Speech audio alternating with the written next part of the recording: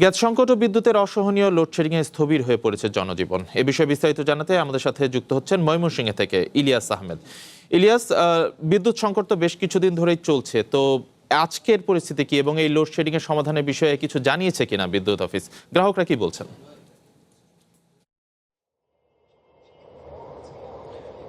গ্রাহকরা তো সবসময় দেখেছি যে চরম ভোগান্তির মধ্যে তারা আছেন এবং তারা সবসময় হতাশা প্রকাশ করছেন এবং তারা বলছেন যে যদি এই অসহনীয় লোডশেডিং যদি না কমে তাহলে তাদের যে ভোগান্তি সেটি কিন্তু আরও বেড়েই চলেছে এবং সেটি থেকে তারা কোনোভাবেই পরিত্রাণ পাচ্ছেন না। সেই অভিযোগটি কিন্তু বরাবরের মতো এবারও তারা করছেন এবং আমরা দেখেছি লোডশেডিংয়ের কারণে অর্থাৎ গ্যাস সংকটের কারণেই মূলত হচ্ছে যে লোডশেডিং সেটি কিন্তু বাড়ছে। অর্থাৎ ময়মনসিংহের একটি বিদ্যুৎ কেন্দ্র রয়েছে 200 মেগাওয়াট উৎপাদন ক্ষমতা সম্পন্ন, সেই কেন্দ্রটিও কিন্তু গ্যাস সংকটের কারণে বিগত এক মাসের উপরে বন্ধ রয়েছে এবং কর্তৃপক্ষ বলছেন যে গ্যাস সরবরাহ স্বাভাবিক হলে সেটি উৎপাদনে যেতে পারবেন। অর্থাৎ এই এখনো পর্যন্ত কিন্তু তারা উৎপাদনে যেতে পারেননি। অর্থাৎ এই গ্যাস সংকটের কারণে আমরা দেখেছি বিভিন্ন কলকারখানা, অর্থাৎ ময়মনসিংহে 3 শতাধিক কলকারখানা রয়েছে। এখানকার যে বেশিরভাগ কলকারখানা কিন্তু গ্যাস সংকটের কারণে শ্রমিকদের ছুটি দেওয়া হয়েছে।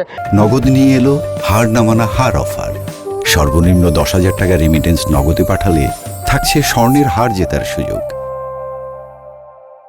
এবং বিভিন্ন ধাপে ধাপে তাদেরকে কিন্তু কাজে লাগানো হচ্ছে এবং এতে করে শ্রমিকরা যেমন আর্থিক সংকটের মধ্যে পড়ছেন এবং উৎপাদন কমে যাওয়ায় যারা কলকারখানার মালিক রয়েছেন তারাও কিন্তু ঋণগ্রস্ত হয়ে পড়ছেন এবং তারাও বলছেন যে বিপাকের মধ্যে রয়েছেন এবং এই সমস্যা যতদিন না পর্যন্ত সমাধান হচ্ছে ততদিন পর্যন্ত তাদের যে ভোগান্তি সেটি কিন্তু চরম পর্যায়ে পৌঁছেছে, সেই বিষয়টি বলছিলেন। অর্থাৎ আমরা যদি বলি যে গ্রাম অঞ্চলে পল্লী বিদ্যুতের ব্যবহার করা হয়ে থাকে বেশিরভাগ, অর্থাৎ গ্রাম অঞ্চলে ঘন ঘন লোডশেডিংয়ের কারণে প্রান্তিক কামারি যারা রয়েছেন, ক্ষুদ্র কামারি যারা রয়েছেন তারা কিন্তু তাদের উৎপাদন কমে গেছে এবং তারা বিপাকে রয়েছেন এবং তাদের যে বিভিন্ন হাঁস মুরগির খামার রয়েছে সেখানে কিন্তু উৎপাদন কমে যাওয়ায় তারা পথে বসার অনেকেরই উপক্রম হয়েছে এবং এছাড়াও শহর পর্যায়ে যে বাংলাদেশ বিদ্যুৎ উন্নয়ন বোর্ড তারা বিদ্যুৎ সরবরাহ করে থাকেন, বিগত এক মাস ধরেই আমরা দেখেছি ঘন ঘন লোডশেডিং হচ্ছে এবং চাহিদা অনুযায়ী বিদ্যুৎ কিন্তু তারা দিতে পারছেন না এবং সেই বিষয়টি নিয়ে আমরা দেখেছি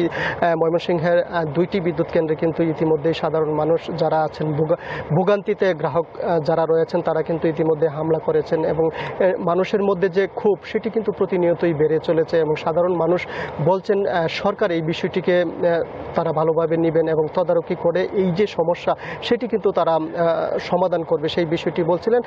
ময়মনসিংহের প্রায় 12টি সিএনজি ফিলিং স্টেশন রয়েছে। আমরা দেখেছি প্রতিদিনই কিন্তু সেই ফিলিং স্টেশনগুলোতে যানবাহনের দীর্ঘ সারি গ্যাস নেওয়ার জন্য তারা কিন্তু দীর্ঘক্ষণ ঘন্টার পর ঘন্টা অপেক্ষা করে কিন্তু তাদের চাহিদা মতো গ্যাস তারা কিন্তু পাচ্ছেন না। অর্থাৎ কর্তৃপক্ষ বলছেন তারা কিন্তু জাতীয়ভাবে গ্যাসের যে লাইনের ত্রুটির কারণে কিন্তু তাদের যে গ্যাস সরবরাহ সেটি স্বাভাবিক হচ্ছে না, এটি হচ্ছে জাতীয় সমস্যা। অর্থাৎ জাতীয়ভাবে সমাধান হলেই ময়মনসিংহের যে গ্যাস সরবরাহ সেটি কিন্তু স্বাভাবিক হবেন। অর্থাৎ গ্যাস এবং বিদ্যুতের কারণে ময়মনসিংহের জনজীবন একেবারেই বিপর্যস্ত এবং সাধারণ মানুষ বলছেন সরকার বিষয়টিকে বিশেষভাবে নজর দিয়ে সেই সমস্যার সমাধান করবে, এটি কিন্তু এখানকার মানুষের প্রত্যাশা। এই ছিল আমার কাছে ময়মনসিংহের গ্যাস এবং বিদ্যুতের যে সমস্যা তা নিয়ে সর্বশেষ।